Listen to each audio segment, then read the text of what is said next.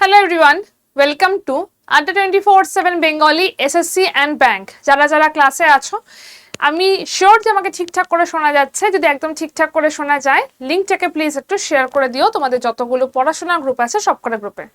আজকে আবারও আমরা একটা প্রবলেম নিয়ে ডিসকাস করব। Mock test. মক টেস্ট কেন দেবে? মক টেস্ট দিলে সেটাকে কিভাবে মক টেস্টের থেকে তোমার স্কোরটাকে ইমপ্রুভ করতে পারো, মক টেস্ট দেওয়াটা কেন দরকার, বা মক টেস্টের মাধ্যমে কি কি জিনিস আমাকে পয়েন্ট আউট করতে হবে, সমস্ত কিছু বলবো আজকের এই ভিডিওতে। তাই ভিডিওর লাস্ট পর্যন্ত তোমাদেরকে দেখতে হবে যাতে মক টেস্টারকে সাহায্য নিয়ে তুমি তোমার স্কোরটাকে কিভাবে বাড়াতে পারো সেগুলোকে জানতে পারো। তাই অবশ্যই ভিডিওর লাস্ট পর্যন্ত দেখবে। স্টার্ট করছি। ব্যাংকের পরীক্ষার জন্য একেবারে চূড়ান্ত মানে একদম পোস্টমর্টেম যদি বলা হয় তাহলে সেটা হচ্ছে মক টেস্ট। মক টেস্টের সাহায্যে তুমি তোমার স্কোর বোর্ডটাকে ইমপ্রুভ করতে পারো এবং মক ছাড়া ব্যাংকের পরীক্ষা ইম্পসিবল। মক টেস্টটাকে তুমি বলতে পারো একটা এক্সরের মতো, যে কোথায় কি ভুল হয়েছে সেটাকে দেখে নিয়ে আমি সেটাকে ঠিক করব, সেটাকে ফিক্স করতে পারি। এটা কোনো চূড়ান্ত ফলাফল নয়, তাই এটাকে দেখে আমার চাপ খাওয়ার কোনো মানে হয় না, এটাকে দেখে মন খারাপ করারও কোনো ব্যাপার নয়। জাস্ট বোঝো যে ভুলটা কোথায়। ডাক্তাররা যেমন দেখে, টেস্ট করে যে কি কি কোথায় কোথায় ভুলটা হয়েছে সেটাকে সারাতে হবে, সেরকমই হচ্ছে মক টেস্ট। স্কোর কম হলে সেটা খারাপ জিনিস, বেশি হলে ভালো জিনিস এরকম নয়। স্কোর যদি কম হয় তাহলে আমাকে বুঝতে হবে কিভাবে আমি স্কোরটাকে বাড়াতে পারি, এইটার জন্য হচ্ছে মক টেস্ট। মক টেস্ট কিন্তু তোমার কনফিডেন্সটাকে কমিয়ে দেওয়ার জন্য নয়, মক টেস্ট দিয়ে ফেলে রাখার জন্য নয়। তুমি ডাক্তারের কাছে গিয়ে ডাক্তার তোমাকে টেস্ট করতে দিল, সেই টেস্টটা করে তুমি বসে থাকো না, তুমি তারপর আবার ডাক্তারের কাছে যাও যে কোথায় খারাপটা হয়েছে, কোন জায়গাতে মাথায় ব্যথা না পায়ে ব্যথা, সেটাকে বুঝে নিয়ে সেটাকে আমাকে সারাতে হবে। তার জন্যই তুমি ডাক্তারের কাছে যাচ্ছ। তো একটা প্রশ্ন আসতে পারে যে আমার স্কোরটা কেন কম হচ্ছে, কি হচ্ছে আমি স্কোরটা কম করছি। ফার্স্ট, স্কোর কম হতে পারে যদি তোমার নলেজের গ্যাপ থাকে, যদি কনসেপ্ট ক্লিয়ার না থাকে স্কোর কম হতে পারে। যদি অ্যাকুরেসির ইস্যু থাকে, আমি অ্যাকুরেটলি আনসার করতে পারছি না, অ্যাকুরেসিতে আমি কম হচ্ছে, অ্যাকুরেসি যদি ইস্যু থাকে তোমার স্কোর কম হতে পারে। যদি স্পিড ইস্যু থাকে, তুমি সত্যি জানো, আনসারও করতে পারতে, তোমার কনসেপ্টও ক্লিয়ার রয়েছে, অ্যাকুরেট আনসারও করতে পারতে, কিন্তু তুমি স্পিডে করতে পারছো না, স্পিড ইস্যু রয়েছে। বা তোমার কোশ্চেন সিলেকশনে প্রবলেম হচ্ছে, তুমি বুঝতে পারছো না কোন কোশ্চেনটাকে তুমি সিলেক্ট করবে, কোন কোশ্চেনটাকে তুমি স্কিপ করবে, কোশ্চেন সিলেকশনে প্রবলেম হচ্ছে। এই যদি চারটে মেন পয়েন্ট হয় তাহলে তোমার স্কোর কম হতে পারে। এটাকে আমরা কি করে ফিক্স করতে পারি? ফার্স্ট অফ অল, ধরো একটা পার্সেন্টাইল আমি পেয়েছি, সেটা পেয়ে হ্যাপি হয়ে বসে থেকো না।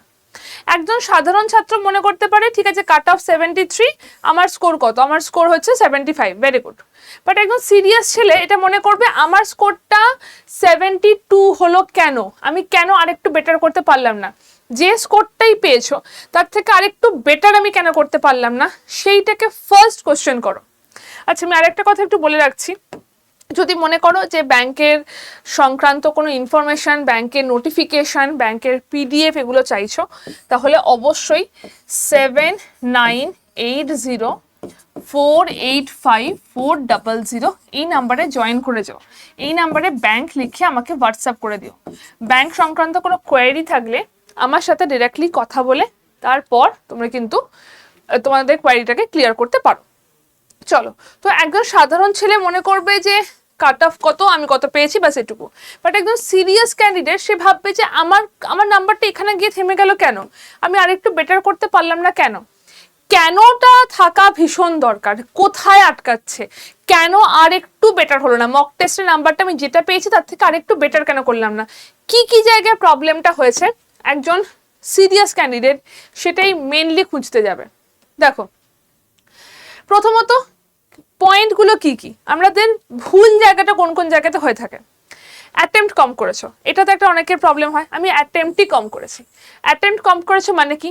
তার মানে হচ্ছে তোমার স্পিড ভালো নেই বা তোমার আত্মবিশ্বাস ভালো নেই, তুমি অ্যাটেন্ড করার কথা ভাবছোই না, ছেড়ে দিচ্ছ। যদি ভুল হয়, যদি নেগেটিভ খাই, আত্মবিশ্বাসের অভাব রয়েছে, মেন কজ হচ্ছে এটা।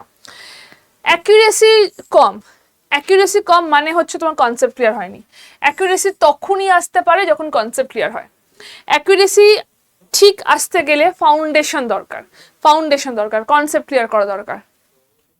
সহজ প্রশ্ন ছেড়ে দিচ্ছ, তার মানে তুমি দেখে বুঝতে পারছো না যে কোনটা পিক করতে হবে, কোনটাকে ছাড়তে হবে, কোন কোশ্চেনটাকে আমি পিক করব, কোন কোশ্চেনটাকে আমি ছাড়বো, সেই জায়গাটা বোঝা যাচ্ছে না। সেইটাকে বুঝতে হবে, বারবার মক দাও, সেই জায়গাটাকে বোঝো কোন কোশ্চেনটা পিক করব, কোনটাকে ছাড়বো। আর কঠিন প্রশ্ন নিয়ে সময় নষ্ট করছো, তার মানে হচ্ছে তোমার গায়ে লেগে যাচ্ছে, ভাই এটা কি এমন প্রশ্ন দিল যে আমি সলভ করতে পারছি না। তোমার ওখানে গিয়ে তোমার বুদ্ধিমত্তা দেখানোর দরকার নেই, তোমাকে শুধু কাট অফ ক্লিয়ার করতে হবে। একটা প্রশ্ন নিয়ে যদি পড়ে থাকো, তোমার সময় অনেকটা বেশি ড্রেন আউট ওখানে হয়ে যায়, যেটা করো না। আমি আগের সেশনেই বলেছি 5 মিনিট রুল, সেটাকে ফলো করো। 5 সেকেন্ড রুল, 5 সেকেন্ডের মধ্যে যদি না বুঝতে পারো স্কিপ করো, পরেরটাতে যাও। অনেকে এরকম থাকে যারা মানে প্রবলেমগুলো কি হয়ে থাকে, উইক যারা খারাপ নম্বর করছে, তাদের প্রবলেমগুলো কি হয়ে থাকে, তাদের হয়তো কনসেপ্ট ক্লিয়ার আছে কিন্তু তারা স্পিডে করতে পারছে না, একটা পাজলে অনেকটা টাইম দিয়ে ফেলছে। এর উত্তর শুধু প্র্যাকটিস, টাইমার ধরে প্র্যাকটিস। বেসিক কনসেপ্টে ভুল আছে, যেমন ধরো পাটিগণিতের বেসিক যে কনসেপ্ট, সেখানে ভুল আছে। কনসেপ্ট ক্লিয়ার না হলে, ভিত তৈরি না হলে কোনো বাড়ি উঠে দাঁড়াতে পারে না, ভিত তৈরি করতে হবে। আরেকটা হচ্ছে দেখতে সহজ মনে হলেও বারবার করে সিলিং মিস্টেক করছো, সেটাকে করো না, মন দিতে হবে। সেইগুলোকে করলে একমাত্র তোমার জিনিসটা ইমপ্রুভ করতে পারে। কোশ্চেনের লেভেল দেখে অ্যানালিসিস করো যে কোন প্রশ্নটা সহজ, তাড়াতাড়ি হতে পারছে, কোনটাকে আমি স্মার্টলি স্কিপ করব। তুমি সঠিক সিদ্ধান্ত নাও কোন কোশ্চেনটাকে স্মার্টলি স্কিপ করা উচিত, কোনটা সহজ ছিল বাট আমি ছেড়ে দিয়ে ভুল করেছি।